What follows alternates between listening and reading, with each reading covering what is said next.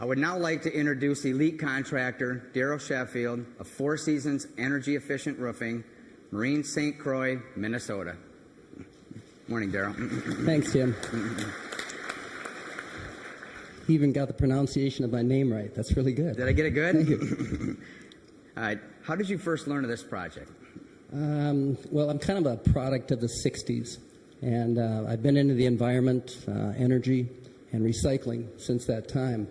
So I've had a lot of people around me that's in the environmental fields, and kind of like what goes around comes around. I have a friend that's an environmental engineer, and he sat me in on a meeting for doing this roof, and boom, it was there. But there's a lot of incentives out there, a lot of things. Look at your power companies and things for the municipalities and things like that where you can find this. That's what you want to find is the energy field people. And how did you sell the Duro-Last Cool Zone system to your customer? That was a real easy sell because due to the fact they already had geothermal, it's a 52,000 square foot area, and it costs $2 a square foot for them to run that place. The geothermal knocked out half of it. And they also were hiring the handicapped. They'd bring them in, and they'd go out and collect all the plastic bags, bring them back and block them up and go in for recycling. They do 1 million pounds of that a year. And then also they've come up with that the caps on all your bottle caps, all the plastic caps. They can be recycled. There was 1 million pounds of caps that they can recycle and grind up that doesn't have to go back to the landfill. So due to the fact that we've got prefabrications, we had little waste, he liked that. He also liked the fact that all the areas that you don't have the solar collectors there, it's the reflectivity aspect and gets away from the heating and cooling part of it. Okay, Darrell, many associate energy savings from a white reflective roof system with the hot southern climates. What are the benefits of white cool roofing in northern climates? Well, this is an interesting story. 6 years ago when I started doing Duro-Last, because I was a general contractor and I was kind of on the fence of whether to do this or not, and my rep and friend Scott Snye, the Duro-Last guy, said, "Come on, Darrell, come on down to this convention you'll really like it." And I really, at that time anyway, I really didn't like getting in front of a bunch of groups, and I didn't want to be around a big group. So, in fact, it reminds me of the Red Green Show. I don't know if anyone's ever seen that on PBS.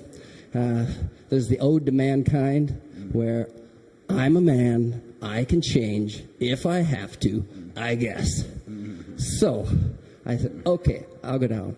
So in one of the breakout sessions, one of the guys was saying there's something about it was a four-seasons roof. And I said, well, I raised my hand and I said, well, why is this a four-season roof? I can see it in the summertime for air conditioning costs, but what about in the wintertime? And he said, well, what does your roof look like?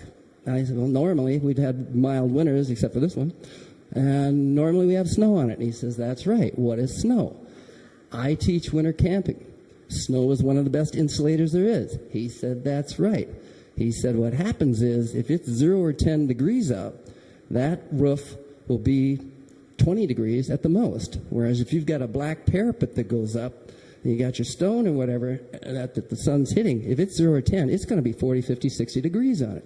So what that does, it melts the snow, turns it into water, turns it into ice. Ice can move mountains, and you lose your insulator. Minnesota and the northern climates were built for having snow. When I was a kid, I'm 62 years old. We had winters. We don't get them like that anymore, but they're built for it. We want that insulator in there.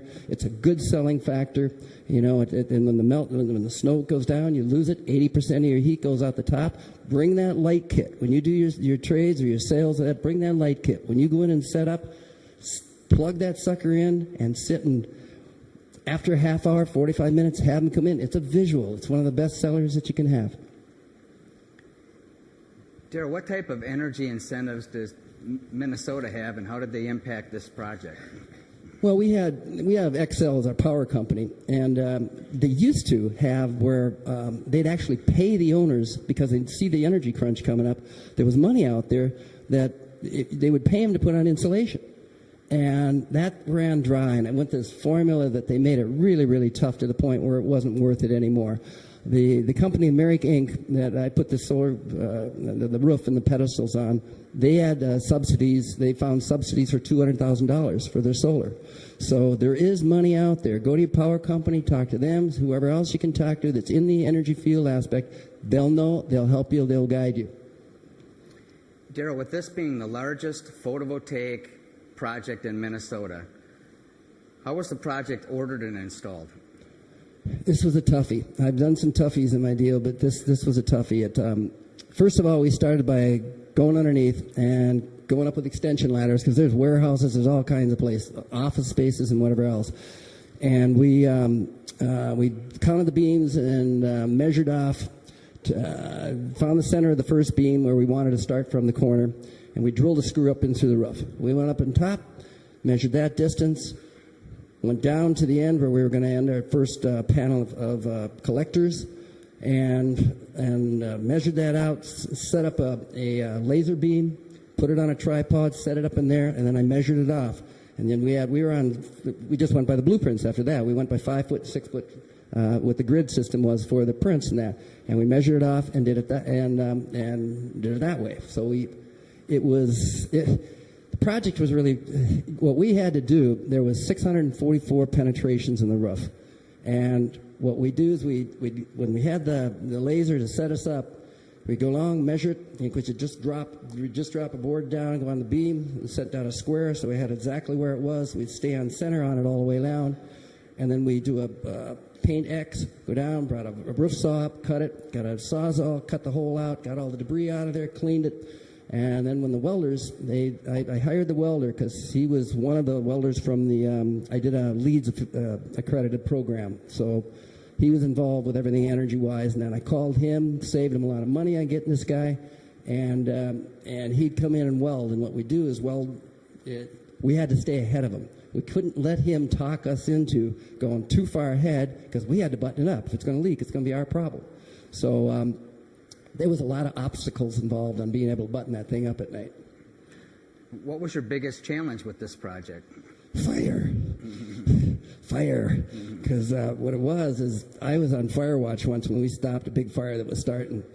We thought, I'd never done this. I'm a neophyte in this whole thing. So we had these 10-foot ladders, and they had a drop ceiling, and they were gonna do the welding up there, and it'd fall down on these ceiling tiles and the offices and whatever else. So I had bought one of these 20-foot, or it would spray out 20-foot or 25-foot on a backpack, and the guy was up on a ladder, and if anything came down, it was going to be looking like a fire from the welding up above, because pieces of metal could come down, all kinds of stuff, that we thought we'd put it out. That was it. No problem, right? Every little crevice or crack that you can think of, it would rain in through onto the carpet and whatever else. People were running out of their offices, and it was hell. It was. So we had to go in. We had to cover every space as we went. We'd go down a roll. We'd start back. We'd come back. We'd have to clear them out of the offices, cover everything, come back and forth, and that. And then also the pedestals that we had up, 644 of them. The guy puts a plate on it that we didn't know he was going to do in the beginning. When he'd done it enough so we couldn't do it, the plate went across the top. So instead of us being able to slip it right over a nice round pipe, we had to get open, 644 open stacks. And weld every damn one of them, but we still saved time on it, so that's that. So, how did the Duro-Last custom fabrication benefit this project and your company? Well, the prefab is really great, and your boots custom made. We save 60 to 80% of the time, and that's your bottom line. Getting in on that, it's just time. I go by the square. My guys go by the square. I don't like the hour type deal. I like doing that. You know what your profits are, and you go on it. So that makes them work. And you've got it straight out with a prefab aspect instead of all that field time, and you can button it up. That is the main thing, is buttoning this thing up all the way along. Darrell, what are the benefits of the Duro-Last solar-ready roofing system when installing a photovoltaic application? The main thing is it's a perfect fit for anything, whether it be any kind of solar collector or especially with green roofs, because you don't want to get this roof and get it under there and have it start to leak on you. You got to have something, that's going to keep it out. In fact, really, if you get right down to it, Duro-Last is a glorified pool liner, right? I mean.